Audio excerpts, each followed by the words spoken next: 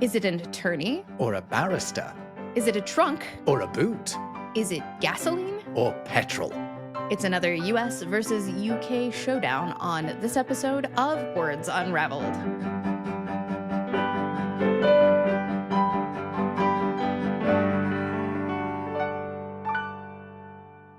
Welcome to another Words Unravelled. I'm Rob Watts from the YouTube channel Rob Words. And I'm Jess Ferris, author of the etymology books Once Upon a Word and Words from Hell. And today we are doing yet another transatlantic showdown, a UK versus US English discussion. Are we not? Yes, we are. We should point out that I, Rob, am a Brit. I was Surely born in not. England. Yes, it's true. If you can't tell from my accent, or if you're watching my teeth, I am indeed British. And I should say I was born in a place called Derby in the middle of England. I do not speak British received pronunciation. I speak something not that far off, but I have a northern twang that makes me say bath, path, grass rather than bath, path, and grass. I take the bus instead of the bus, to London instead of London. But broadly, I think my way of speaking is kind of typical of an Englishman anyway. And Jess, you're an American mongrel of sorts. Very true, very true. I'm originally I spent the first 18 years of my life in Tennessee. Well, most of it. Georgia too. But as you can tell, I have not a specifically discernible Southern accent until I'm trying to speak with one. That's because I have family from Chicago. I have family from Virginia. I have family from the South. And I've lived in Chicago, Colorado, New Jersey, and Connecticut as well for more than 3 years each. But when I was a kid, I've never had a strong Southern accent. When I was a kid, people used to tell me I had a TV voice because I sounded like the people on the news. Right. And my accent has been altered by working for the BBC. People talk about a BBC accent. I don't really have a BBC accent, but without doubt, my Midlands, my sort of Northern English accent has been toned down by having worked for Auntie Beeb for a decade before I moved to Germany. Let's have a look at some of the words that you say that I don't, and vice versa. I think a good area of difference is emergency services. Yeah, absolutely. Mm-hmm. And we both call them the police. But we also call them many other things. I'm thinking about cop. Yeah, I would say the most common way to refer to a police officer here is cop, though, it is a police service and everyone understands what that means as well. We don't really use cop in Britain. It gets used in what I would call tabloidese. It's used on the front of tabloid newspapers because cop only takes up 3 spaces for letters rather than police, which is a little bit longer. But it's a British oriented or British related term. Copper is more British than American, right? If you take it based on the theory that copper, which we do use as a particularly common term in London, if you take the reason for that word existing, that it is extracted from the verb to cop, which is to catch someone, then one who catches people like criminals is a copper. But the word does exist in America at the same time as it pops up in Britain, which leads to this other theory that copper is an American invention itself from New York, from the copper badges worn by the NYPD. Yeah, that's probably some folk etymology there because to cop is also a verb that is used in certain circumstances. It's not used politely here necessarily. The most you typically find cop as a verb is in the phrase cop a feel, which is not a polite thing to do to someone. Yeah, cop a load of that. Crimes. You might meet a cop if you cop a feel in public. There you go. You get copped for copping. Right. Quite rightly too. What about we sometimes use the word fuzz? That's from the U.S. criminal underworld. I think you may have borrowed that one from us. Its exact origin is uncertain, but it may be a mispronunciation of force, like the police force. Another theory connects it to fuss, indicating that police were overly concerned with trivial matters. Or it could be a reference to short, buzzed police haircuts, maybe compared to the longer hair of 1960s hippies. I was really surprised to find that this was of American origin because I feel like I've heard it more in British context, like the film Hot Fuzz, which is one of the greatest films of all time. It's so good. It's so funny, and it's all about police. That's my And husband's favorite movie. oh, is it really? It Is is. he a fan of the overall Cornetto trilogy? Oh, absolutely. We have watched it many times. I found a quote though. I say I found a quote. It's just in the Oxford English Dictionary. I'm not been that clever. That does have an explanation from the American Tramp and Underworld Slang. It's a kind of dictionary of slang from 1931. It says under fuzz, a detective, a prison guard, or turnkey. Here it is likely that fuzz was originally fuss, like you said, one hard to please or over particular. But I do rather prefer the idea that it comes from the force and just kind of a casual way of saying that one. The like hobo vagrant tramp slang of the US has a lot of words for cops. We also have bulls and railroad bulls, which were the railroad police who would try to protect trains and prevent people from either robbing them or taking a ride on them illegally. So you have bulls and we have pigs. Oh, well, we also have pigs. You call them the pigs as well. Yeah, it's kind of, again, tricky to work out why we call them that. Is it because they sniff out criminals, or is it because they're just horrible people? Because in London slang, a pig was an informant, or quite specifically, a sort of what we call a plain clothes police officer now. So a police officer who's not obviously a police officer. So there's this idea of them being particularly duplicitous Like or a narc or a traitorous. rat, you know? Yeah, exactly. Or a rat. There you go. It just means a sort of bad person, like a rat really does. But it can also have this more specific criminal implication as well. I think pig sticks around in particular because of like cartoonish portrayals of police officers being heavy set and, you know, enjoying their donuts and or like the fumbling police officer trope that you see in film and cartoons. There's also like they've been called bacon before for the same reason. Yeah, I have a friend who's from the south of England, sort of the estuary, so Essex. So he has this sort of estuary accent, and whenever the police used to walk past, he used to go, "Oink oink, I smell bacon." Oof, that would get you injured in the US, I think. He would say it very, very quietly. Yeah. We've got a couple of other cute ones, though. Have you heard of Bobby? I've heard it, but it's not one that we use. No, because it's very specific to England, because it comes from Robert Peel, who is a former British Prime Minister. But when he was Home Secretary, which is the name we give to our Interior Minister, he established the Metropolitan Police Force, which is the London Police Force. So they named, they used to call them Bobbies. But in Ireland, they also sometimes call police peelers, particularly in Northern Ireland, because this same guy who was absolutely prolific in establishing things, he also established the Conservative Party.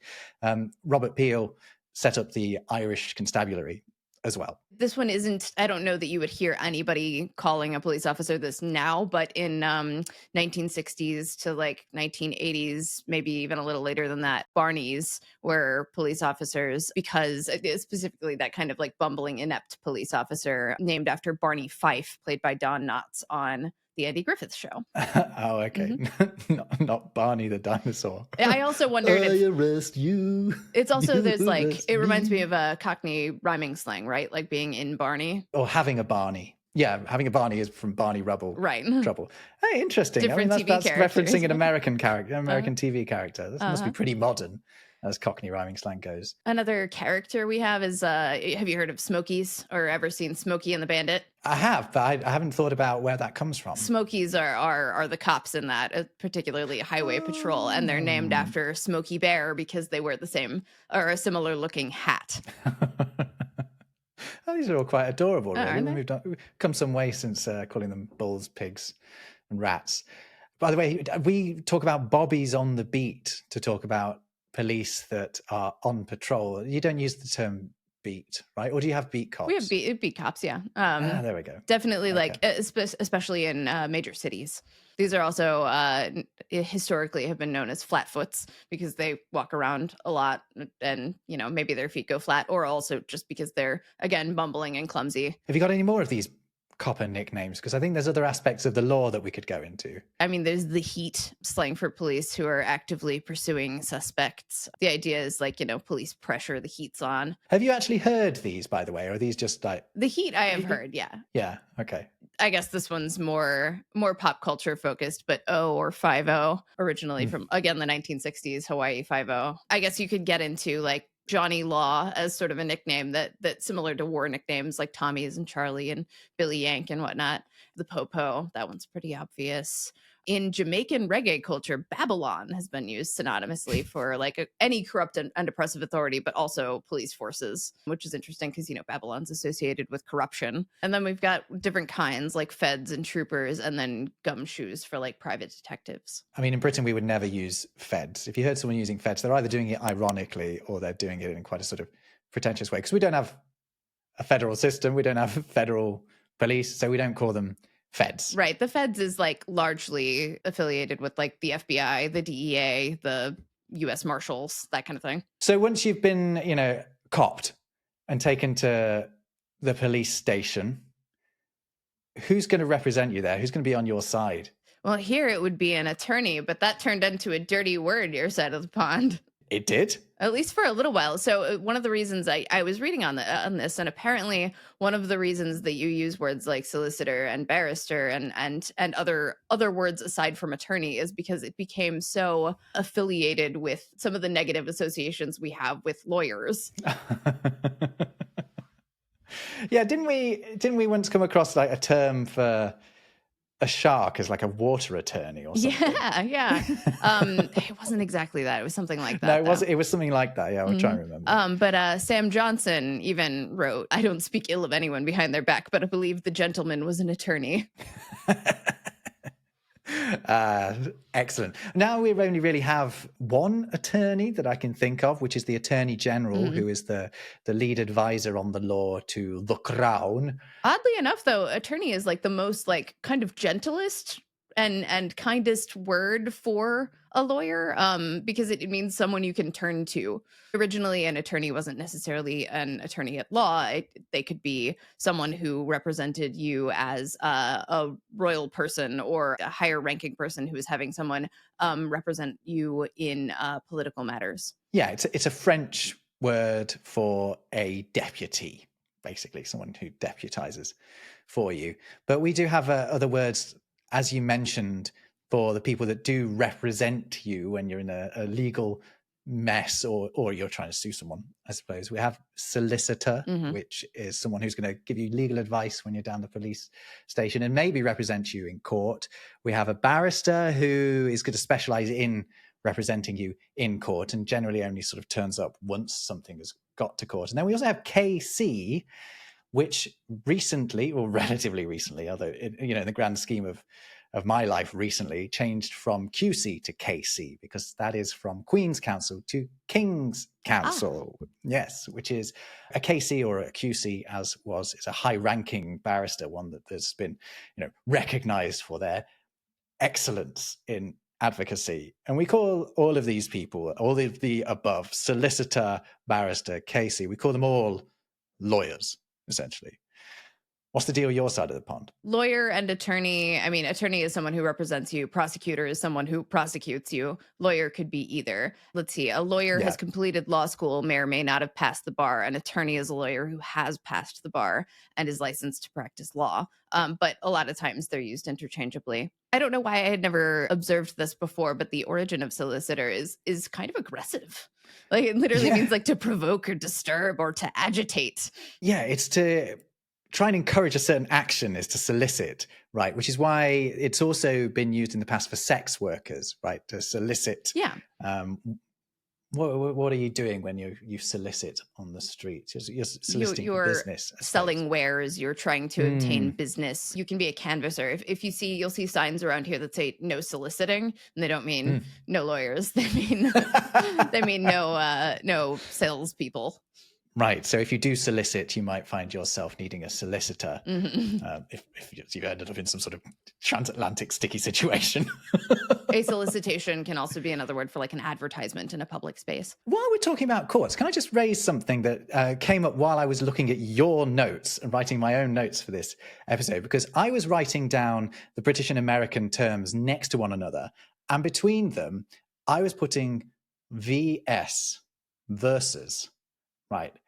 Which I was writing without a dot after it, because that is the British way of doing it. And the same goes in court cases, When we write, the Crown verses, or it would be the People verses in the States, we just write a single V without a dot.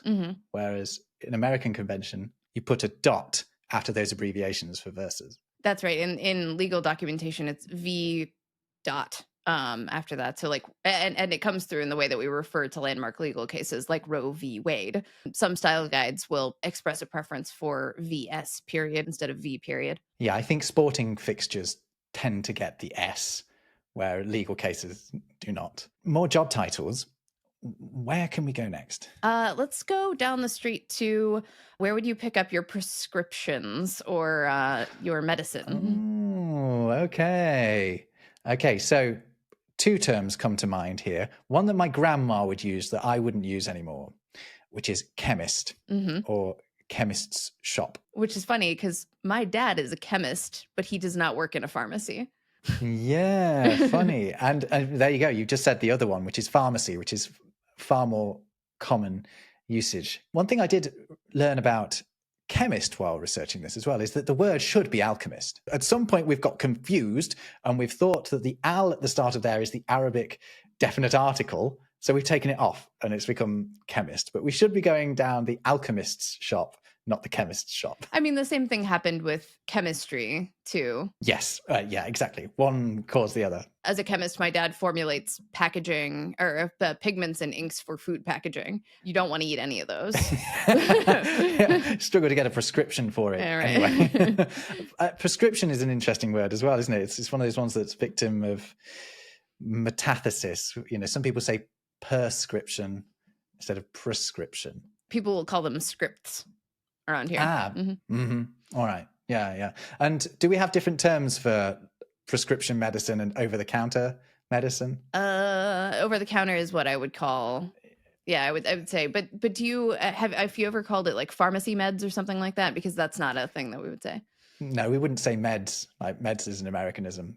I suppose you could say pharmacy medicine, but I wouldn't know it as like a term, an idiomatic term. But I think your word, America, for a pharmacy or chemist, it's just a bit moronic. Drugstore? Drugstore. We're going to go buy some drugs from the drugstore. It's a dispensary. It's not a shop. Which is funny. My husband runs dispensaries, which are specifically for cannabis. Oh, okay. Yeah, if you go to a dispensary, you are saying you're going to go buy not prescription, but legal medical or recreational cannabis. That's why you might want to call it, a drugstore. Yeah, they're very different. Yeah, I mean, you would still say that a pharmacist dispenses drugs, but if you're going to a dispensary, it's because you're buying weed. I see. Okay. I mean, I'm glad I know that. More sticky situations avoided. That will come up soon in your world too, because you're basically on the verge of legalization. As far as, I mean, not you, but because you. No, but we are actually. Oh, okay, great. In Germany, not in Britain, but here in Berlin, you can smoke your weed to your little heart's content. Can you buy it? Like, do they have dispensaries? Yeah. Okay. Yeah, you can. You can buy it. I mean, it's heavily regulated who can sell it and how much you can sell. And actually, there's this weird system where you need to be kind of part of a club, which you have to for everything. Right. In Germany, it's just a cultural thing. But yeah, now the summer is coming round. The streets are going to start smelling very strongly of the stuff once again. Do you know which city in the world smokes the most weed? I think I should be saying Amsterdam. Surprisingly, no. It is New York City, Wow. and you can probably tell as you roll down the street. It does frequently smell of ganja, as they say. Ganja. Okay, another episode on drugs. Oh surely. yeah, we'll have to do another one we can risk being demonetized as well. But let's stick with job titles and stuff. Where do you stand on apothecary? Is that as old for you as it is for me? Yeah, I mean, okay. I don't think anyone said that for a good 300 years, but I like apothecary. And here in Germany, it's called an Apotheker, right? So you do get reminders of that very archaic English word when you're in continental Europe. It just means storehouse. Like it's a word for like a place where you put things away. And it's also the same root as boutique and bodega, interestingly. Oh, that's wonderful. All come from the Latin apotheca, meaning storehouse. Yeah, you can see how P's and B's again swapping around as we keep finding between different words. I love that sort of thing. Fantastic. Apothecary probably fell out of favor because it became associated with like the 1800s pharmacy drugs, the things like cocaine toothache drops and morphine infused children's cough syrup and wizard oil, which was made of alcohol, sassafras, clove, and camphor. Wizard oil. Yes, that one was sold until the 1920s in America. really? And drug. So while we're on it, the word drug literally means dry because it comes from the term dry goods. But it also fits with a lot of English words that in Old English had a G at the end of them, but now have a Y, including day, for example, or way. These are words that have ended up with a G or a Y swap. Drug has also been a word for like poison since like the 1500s. Well, pharmacy comes from a Greek word that could mean poison or even witchcraft.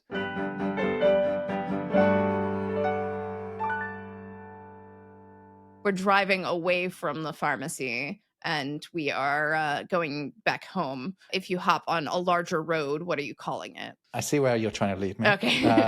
A motorway. That would be typical. Oh, yeah.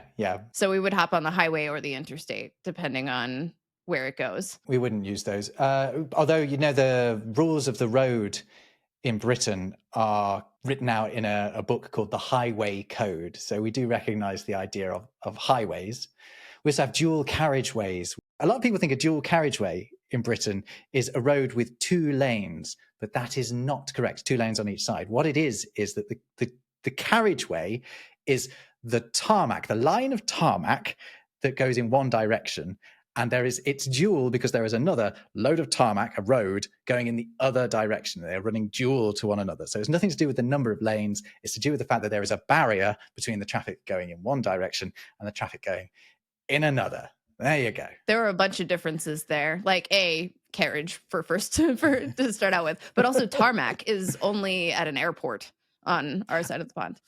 Oh, really? Okay. What do you have asphalt? Asphalt or pavement or pavement. Oh, now there's one, Jess, we stumbled across. The pavement, which is a perfectly reasonable thing to call the bit at the side of the road where you walk. Oh, yes, that's what you call a sidewalk. That's what you call a sidewalk. Not what I call it. Even though I just described it using both the words side and walk, for some reason we call it a pavement. A pavement, but not the road. The road is not a pavement. No, which is weird because it could be paved as well. Right. Both asphalt and pavement are just the material for us. So you could just like a sidewalk could also be paved with pavement and asphalt. See. But like highway, like the fact that we both use that for different terms, like that's been around since Old English, and high here just means main, like the main way from one town to another. The Romans kind of did that one. Another word in this sort of field that has much greater prominence in the US than it does in Britain is turnpike. We don't use that at all. Only specific roads are called turnpikes. Like the New Jersey Turnpike is the closest one to me. There was an early sort of governmental body that was responsible for collecting tolls to support the new roads for cars, and that was called the Turnpike Trust. It's one of those words that's just slipped out of use over here. Pikes are like you would call a road a pike because it's like broken up ground, kind of the same notion as using a pike to break up ground, but also potentially related to like pitch too, influenced by the idea of pitch being the tar that you put down. We also didn't address the fact that you probably don't use an interstate, do you? No states to enter. We do not. Horrifyingly, the first use of the word interstate was like interstate trade, specifically referred to the transfer of slaves across states in the American South. Really? And then interstate commerce became a more general regulatory term for trading anything between US states. And then it didn't really become a word for an interstate highway, a highway that goes between states, until after the Eisenhower interstate system, designed for the quick movement of military and all its accoutrements across the country. And also one of the reasons we have way too many cars, few walkable cities, and don't have decent high-speed cross-country railways. Not that I'm bitter. There we go. That's just a century-old gripe. Yes.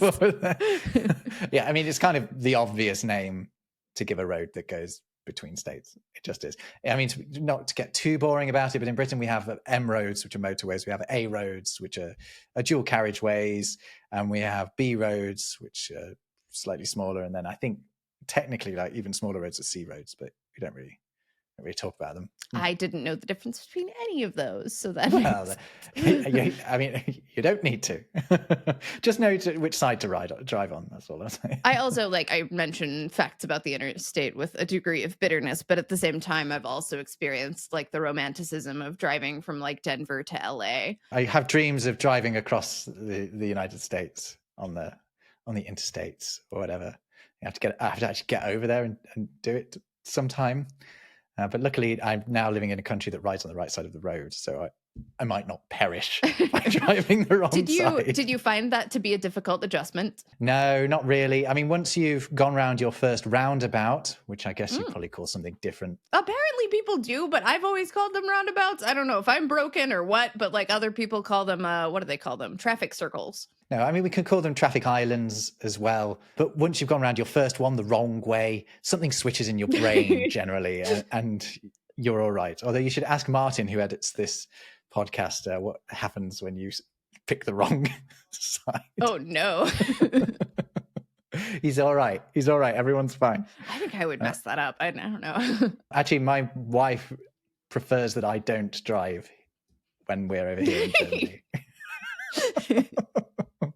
But my cousins were stationed in, my aunt and uncle were stationed in Germany at a U.S. military base for several years in Würzburg. The big running gag with my extremely American family is when you're driving down the Autobahn, there are a bunch of signs that say Ausfahrt. So the running gag was, where the hell is Ausfahrt, Germany?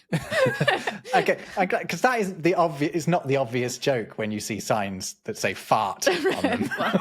No, that one's actually relatively tame. But Yeah, but we were right. like, where's I like Ausfahrt? But it means exit, just for anyone who doesn't know. Yeah, indeed. We have Einfahrt as well, which is an entrance. Let's hope that all the farts go aus. better aus than ein. Now that we're on the subject of farts, should we transition over to gas and petrol? Very good. Very good. Okay. Yes, I call it petrol, and so does everyone else in my country. Mm-hmm. And we say you're going to the gas station for gas. Yeah. Even though it's a liquid. To pour liquid gas into your cars. So this adventure is fun. Like, it's really goofy. I have done a couple of deep dives on gasoline and petrol, and it's like gasoline is a little bit, it's like a proprietary eponym or a brand name, but also not. Yeah.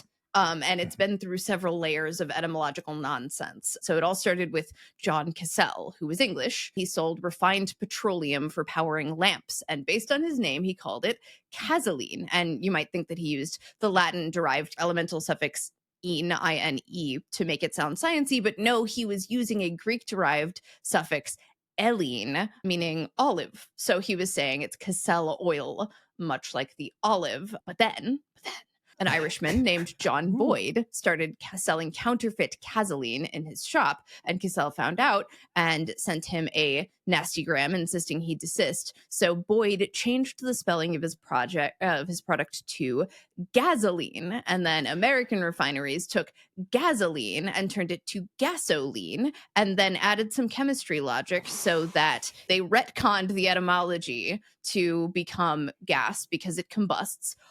Oil from the Latin oleum, meaning oil, just like in petroleum, and then ine from that Latin elemental suffix. So gasoline has been through all of these things. Okay, so two things here. One, if you take that gas is essentially a contraction of gasoline, it makes more sense, right? You're not saying you're putting gas in there, you're putting gasoline in there. Fine. Two, that means that gasoline is, via a few different routes, is named after a person. Yeah. Which means that aligns it with diesel, which yes. I guess we've not had an excuse to mention this because we both call it diesel, both sides of the Atlantic, I believe. But that's named after Rudolf Diesel, who came up with his own special internal combustion engine. It's a German fella. And we named the gasoline used, the petrol used to fuel that, diesel, FYI. Parts of cars worth a mention, obviously. It's part of the story of why British and American English are different, or it's rather a sort of bookend of the story. So I call the back bit a boot. What do you call it? A trunk. I call the front bit a bonnet. And I call it a hood. Yeah, exactly. Well, I mean, those two at least are like logically the same. Why the boot is a though? little hard to explain. Well, okay, try. Boot. Right, come on, Rob. You can do this. I can do it. I can do What it. is going on in there that's got anything to do with a boot? No, well, help me out then. Originally, a coachman's boot was a storage box mounted externally on carriages. And nope, sorry, I don't know either. There we go. We call windscreens windscreens, not windshields. That makes less sense to me because screen is wire mesh in my mind. No, but hold on. We've come across screen before in our episode about contronyms. Yeah, that's right. Yeah, because the screen is both to block and to enable the viewing. Windshield, I accept, makes a little more sense. I don't know why they focus so much on the wind rather than other things that you're trying to dodge, like the flies or flying bits of metal in case of a crash. Indicators, we have indicators on our cars. That's turn signals here, right? Turn signals, right. And I did find another cute old word that we used in British English, which was trafficators, which is a portmanteau of traffic indicator. That's adorable. And it's adorable, and it is still in use in Nigerian English. Oh, there you go. That's really cool. And that's always for turn signals, because like trafficator also kind of reads traffic light to me. Always for your turn signal is a trafficator, and then like a traffic light sometimes gets called a robot in like South African English. Do you typically use intersection or junction? Junction. Yeah, never intersection. Junction happens here, but it's usually like the name of a street or something. It's quite rare in Britain to have the block system for cities and stuff. So it's a bit odd. Sometimes you'll hear a British person saying, oh, he lives a couple of blocks over, and it won't strictly make any sense, but you won't pull them up on it because that makes you sound like an asshole. What would you say instead? A couple of streets over. Yeah. And we don't number streets generally here either. It's also because the map looks a lot more like spider web than it does look like a grid, as you see in some American cities that have been thoroughly planned. The best one for this, in my opinion, I'm sure someone else will have different opinions, but was Chicago. I ran my first marathons in Chicago, and it was the best because every single block, aside from a couple of diagonal ones, is like exactly 1/8 of a mile. So you could easily count how far you were going. We do have new towns in Britain that are built on the grid system, I should say, but generally we don't. I mean, if you're from Milton Keynes, you might get away with referring to blocks, but otherwise, not so much. One of the reasons Chicago got to do that and not make like a chaotic mess of a city is because it burned down and they made it again. Yeah, exactly, that'll happen. Yeah, well, I mean, there are occasions where plans have been made to completely tear down a city. I mean, I'm in Berlin, and that was the plan here. That happened. A certain Mr. Hitler had plans along those lines. He was going to get his pal, Mr. Speer, Herr Speer, to rearrange Berlin. Thankfully, never got around to it. Even though the demolishing very much happened, thanks to the Russians and the Brits. Oh, by the way, that bombing was done by aeroplanes. Yes, versus airplanes. Yeah, indeed. I was like, where are we going with this? Yes, and? Would you ever use aeroplane? No, but I would use aerospace. Mm-hmm. And we would say airport, even though like the French is aéroport. By the way, I should explain what I was getting at earlier about the importance of cars in the story of British versus American English. And what it shows is really the end of the phenomenon of, this is a big statement, but it's really the end of the phenomenon of things being called different things in America and Britain, new inventions being called different things, because the information age happens and it basically stops. I mean, I can't think of any modern inventions that have a different name in Britain to America. Can you think of any? The only ones that I could probably think of, because it happens frequently, is those that are affiliated with a certain brand name. Zip versus Zipper and things like that. That Zipper was branded here, and so we use it more often. Oh, okay. Mhm. And zipper is on your trousers as well, right? Yeah, Which we call or fly. Would you call it a fly as well? Yeah, yeah. Okay, yeah, I would call it my fly. Why is it called a fly? Do we know that one? Isn't it just because it sort of flies up and it makes a zzz sound? Someone put us out of our misery in the comments. While we're on the subject, should we go over to the bathroom? I wonder if we should call this podcast while we're on the subject, because this is how we roll. Onto the loo. Which is a joke, right? It's either like a joke or a twist on. Tell me what Lou. Where No, we you get Lou. tell me. I've no idea where loo comes from. To be honest, it's just the most natural thing to call it for me. I've seen two theories. A lot of people trace it back to Ulysses, like Joyce's work in the 19. That can't be it. That is Okay, but okay. So no, it's not like that's one of its first recorded like instances, like colloquially. But the two theories, as far as the origin goes, are a French phrase "lieu d'aisance," which means a place of ease, apparently picked up by British troops in World War One. But some people say it is a joke about Waterloo because it's Oh, because it's like a water closet. I like that. I like that idea. I don't believe it. It doesn't seem to match up chronologically. Loo wasn't in common use until like 1920s at the very earliest and appears in Ulysses. So Oh, there you go. Okay, all right. You mentioned water closet, which is not a term that we really use in the UK very much. You might sometimes see WC on something instead of having some little gendered figure, I suppose, which might mean we see even more of it.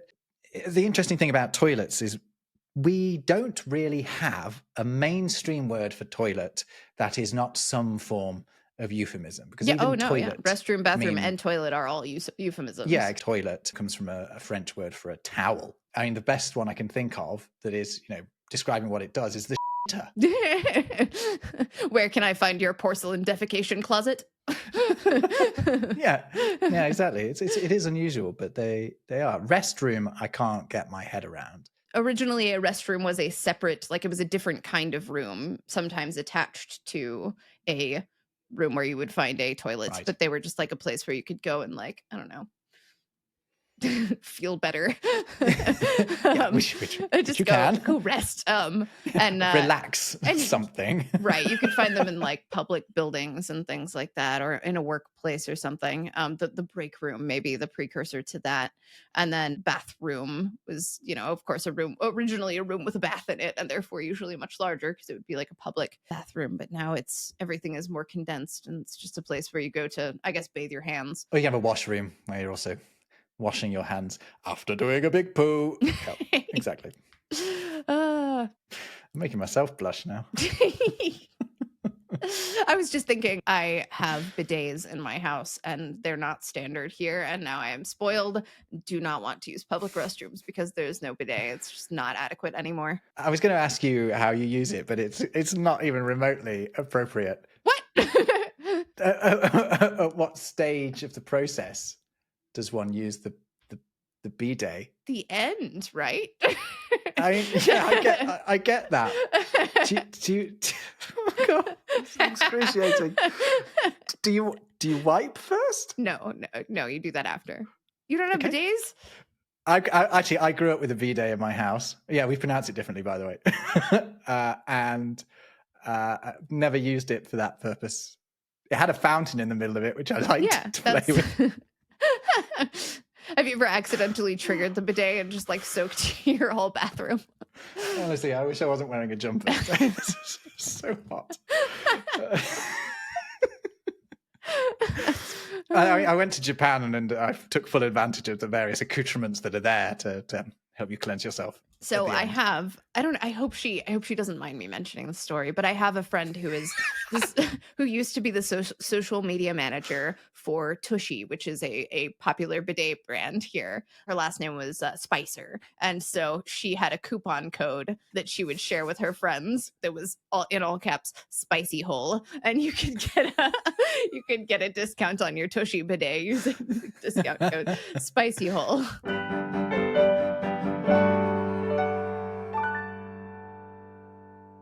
Let's get back on track.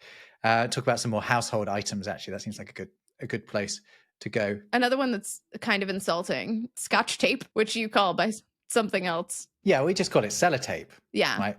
Or sticky tape. And Scotch Whatever. tape is a brand now, but it wasn't originally. It was an insult. Scotch tape, well, it was a brand name. It was a product produced by Minnesota Mining and Manufacturing, which is now known as 3M. The name apparently came from a jab at the company's stinginess. There was an early version of the tape that intentionally only had adhesive on the outside, which was great for like precision masking, auto painting, things like that. But it looked cost cutting to some users, so they were using Scotch as a pejorative to call it cheap. Right, and now 3M sell their Scotch tape with tartan Yeah. on the inside of the ring, don't they? This is kind of an interesting form of cultural appropriation, right? Yeah, I mean, so far as I know, there are only two acceptable contexts in which to use the word Scotch now, and that is Scotch whiskey and Scotch eggs. Mhm. Otherwise, steer clear of the word Scotch.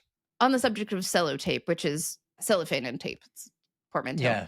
I did not understand as a child reading Harry Potter that spellotape was a joke based on cellotape. I was just like, it's spell tape.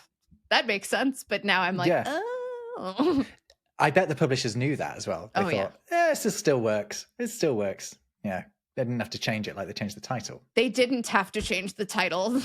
I will die on No. this hill. You I think guys that's have the no chance of dumbest understanding thing. what a philosopher is, nor the philosopher. Anyway, I definitely think we've covered this one before. We have. But, yeah. Okay, another transatlantic difference is the name of the first Harry Potter book. Yeah. Do you know what Britain's most common owl is? No. It's the tea towel. Thanks, Dad. What would you call a tea towel? We might call it a finger towel. It might be called a tea towel. Like we also just call them tea towels, even though we don't drink that much tea. Right. Or a dish Okay. towel. But they're different Yeah. sizes. Like there's like a whole thing in my family about like people having tea towels that you hang over the front of the oven, and then like a hand towel versus a tea towel versus a dish towel. All different things, and you probably have all of them in your kitchen at the same time. Yeah, I mean, a tea towel is so called because you would use it to dry your pots after you'd had some tea and washed it. It's delightfully British, but I didn't realize it was in use in America. It's like a cuter version of a dish towel. You like use your ugly dish towels to dry all your dishes, and then the tea towel looks cute hanging over something. But again, this is probably a regional thing too. I bet a lot of people are like, no, a tea towel is yada da something else. An older name for it in Britain was a tea cloth, which you will sometimes still hear. We were talking about hanging our tea towels over the front of the oven. The top of that is called, for you, The hob. the hob. Okay. You would call it a Stove. But a stove is also a freestanding thing that warms your house in some cases. Yeah, exactly. I mean, it wouldn't be odd to call it a stove in Britain, by the way. I mean, we're aware it's a bit antiquated to say stove. Oh, interesting. It has been called that. Yeah, you put something on the stove, that's all right. You've got a nice Arga oven. You might put something on the stove on top rather than on the hob. Interestingly, in Old English, stofa, the word that stove comes from, was a word for a bathroom, like a steam room or a sweating room or a place you would go to be in warm water. Another word that is a word for like a ledge is a sofa, from Ottoman Turkish sofa, which meant a ledge for resting yourself on. It'd be a raised bit of floor. Now, what do you call the sort of nice, soft, cushiony seat? Sofa is also a word for it, but and if you buy one, you will buy the manufacturer will call it a sofa. But couch, like I'm sitting on the couch. Would you ever use settee? My grandmother, who was probably as Victorian as an American can get, had a settee, but I think my other grandmother probably wouldn't have one. It looked more like what I would call like a fainting couch. A bit more like an upholstered bench, maybe? A love seat, but smaller and more benchy. Yeah. I would never have called it a couch. And I think if I ever heard anyone calling it a couch in Britain, I'd think they'd watch too much American television. The word couch, it's via the old French couchier, but it's from the same Latin root as like collocate and things like that. It means like to place together. The old French couchier was like a place to lay down. There's an irresistible link that we have to make here, because another relative of this word in French is couche, which is the French word for a nappy. I think we've addressed this one on our color episode, as a matter of fact, because the word diaper originally meant like a a patterned white cloth, and that was frequently used for nappies or diapers. And then we ended up with the modern version of that. Yeah, that's right. Shakespeare uses the word diaper. It's every bit as old as the word nappy. Probably older, actually, because nappy is just short for baby's napkin. I have a word aversion to the word diaper. I don't like it at all. I don't like saying it. I don't like seeing it. It's ugh. It has a very unsatisfying spelling. Yeah, It's from the French diaspre. right. It means thoroughly white, originally from Greek. It's interesting. The word candidate as well. That comes from a term for a white cloth as well, because in Roman times, people who were standing for some form of office would often wear bright white. Really? That's super interesting. Are we doing well? Very nice. Look at that. Curtains, while we're on the upholstery. We call them curtains, but also drapes. Oh, you do call them curtains. Yeah. Okay. A lot of this comes from probably the fact that like my mom sews, she makes clothes for movies and TV shows, but she also makes drapes and curtains and things. So I don't know see. the extent to which I am unique in this. I think a lot of people call them curtains too.